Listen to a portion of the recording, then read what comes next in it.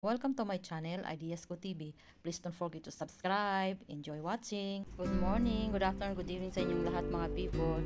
So ayan, habang naglalakad tayo, may nadaanan akong mga tanim. Tingnan niyo po yung talong. Natuyot na siya kasi mainit. Sa ano lang po yan, sa may kalsada. Yan naman po ay dates. At saka ito po ay okra. Pero yung mga okra, magaganda yung kanyang mga dahon. Hindi siya tuyo. Tingnan niyo po. Diba? Lulusog. Napakainit kasi dito ngayon sa Qatar. So, dyan lang po yan sa may kalsada. Hindi ko lang alam kung may-ari ba niyan, Pilipino or Arabic. Saka mayroon po din silang ampalaya. Ito po siya. Lakad ako konti.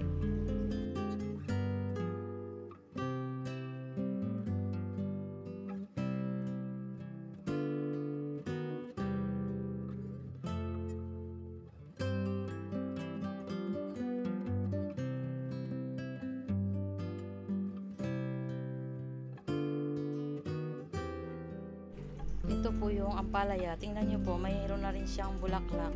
Ang lusog niya, ayan po. Pero yung mga dahon niya medyo mayroong madilaw-dilaw. So, ayan lang mga people. Maraming salamat sa pagpanood. God bless everyone. Shout out po sa aking mga subscriber. Mag-iingat po kayo palate. Bye! Thank you for watching mga people. Please don't forget to subscribe, like, share, and comment. God bless everyone. Until the next video.